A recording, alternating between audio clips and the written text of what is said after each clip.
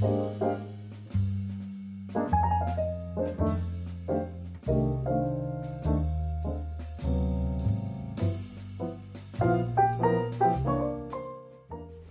everybody, Holly here from HolliDay, AnyDay, and today we're going to make pizza dough. Now we can all buy pizza dough, of course, at the market, Trader Joe's, everywhere else, but sometimes it's kind of fun to make your own. So let me show you how to do it. First, we're going to start with, we're going to make a sponge, and to do that, we're going to take some warm water and some yeast. That's where we're going to start.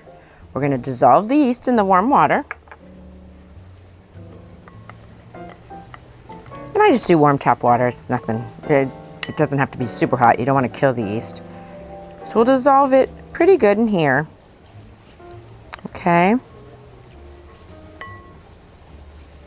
Then to this, we're going to add our flour.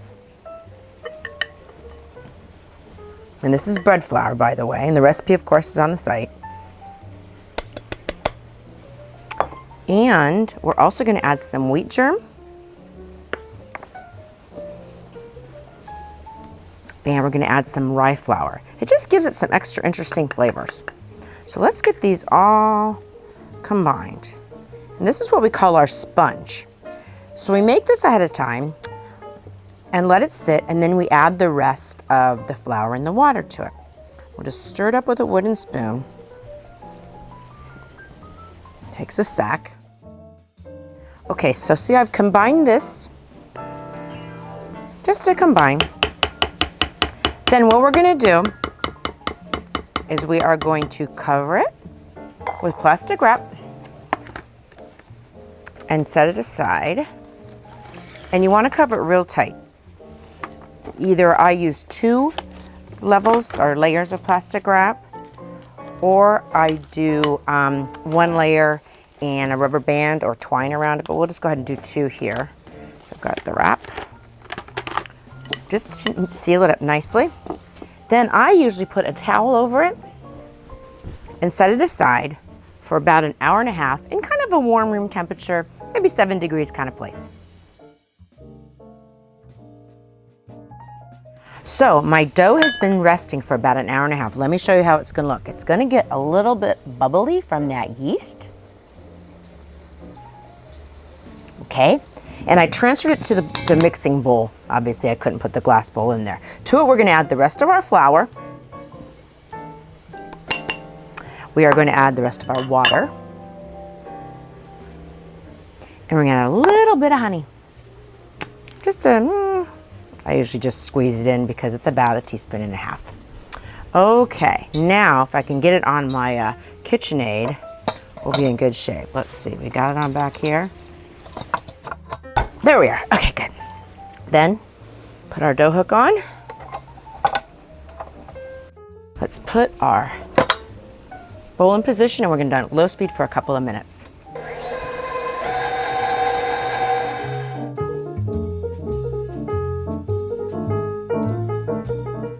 Okay, it's been 2 minutes. I'm going to add some salt, and I'm going to crank it up about medium speed for 6 to 8 minutes.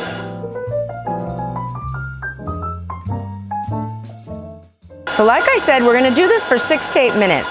Now it needs to start pulling away from the sides of the bowl, not completely, but just not totally sticking. And usually for me, I have to add a little bit more flour, so I'm going to do that right now. I'm going to turn it down so the flour doesn't go everywhere. And I'm going to give it another 1/4 cup or so of flour.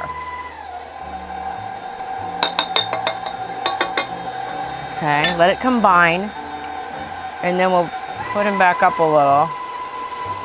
Be very careful, you have flour all over the place. Now just start to pull away.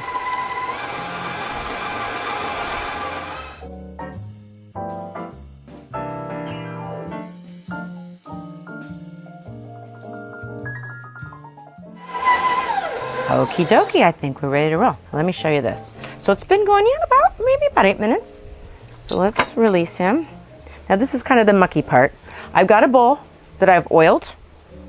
We're going to put this into this, okay?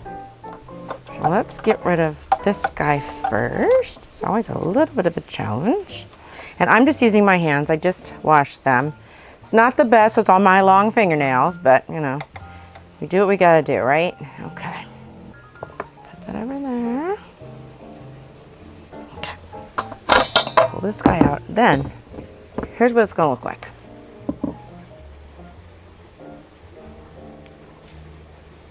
Now you could completely just take this bowl. No, actually no, you need to go into the oiled bowl. Sorry. Okay, so we're just gonna pour it out into this.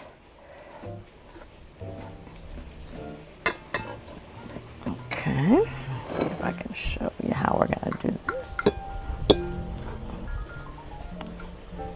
Okay, there we are.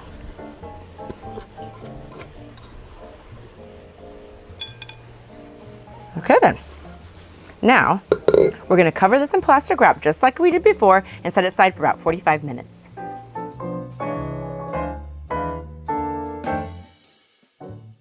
Okie dokie, so my dough has had its second 45 minutes sitting aside. Let me show you now how we're gonna form it into balls and let it proof for a little bit in this cute little thing called a proofing box. So what I do, you have a couple options here. When I make my dough, I usually like to do it a few days ahead so I don't have to do it the day that all my guests are coming over, right? So I make it ahead, and at this point right now, I would take this and I'd stick it in the fridge for up to 3 days. I've done it as many as 3 days ahead. What happens is it keeps rising a bit and it gets almost more yeasty. Like my dad thought it was sourdough, so I prefer it that way. But I'm gonna show you how to do this. This works perfectly fine too. But just know that if you wanted to stick this in the fridge for a couple of days, stick it in the fridge, then pull it out and go to this step, okay? So it's the same process. So we're gonna take that off, and you can see how it's just been sitting there rising a little bit. And I've got a floured board. I've got my proofing box all floured too. And we're just gonna turn it out. Turn this out. Okay, see, there it goes. Careful my hair today, huh? It's a little breezy out here. So I just roll them over a few little times just so it's a little bit less sticky. Now this recipe is going to make about 6, maybe pizzas about that big, depending on how thin you make them. But we'll go that route. So I'm gonna cut this into 6 pieces. And I'm not gonna be fancy and weigh it. I mean, it's just not that important, right? We're not at a restaurant, we're just at home. Okay. Okay, so what I'm gonna do with each one of these little balls, see I've got a little ball, and it's kind of a nice little process. All you do is you just kind of make sure your hands are nice and floured. So I'm just kind of doing this like this. It's kind of rolling him up onto himself, shall we say. And then we just kind of end up with that seam down at the bottom, all right? I'm just gonna pop him over here. And we'll just keep repeating with all 6 of these guys.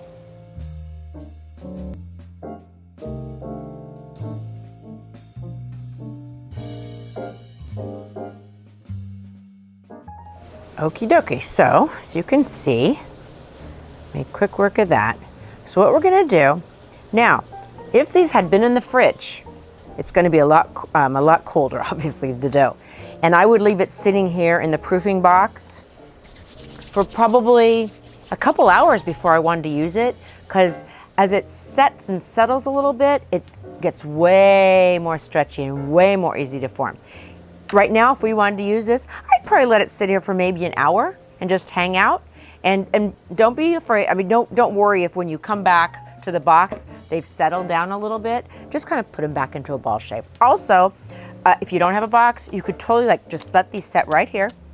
And then I just cover them with kind of a towel, just to kind of let them just kind of hang out for a little bit. And then you go ahead and form them and make the pizza the way you always do. It's easy breezy.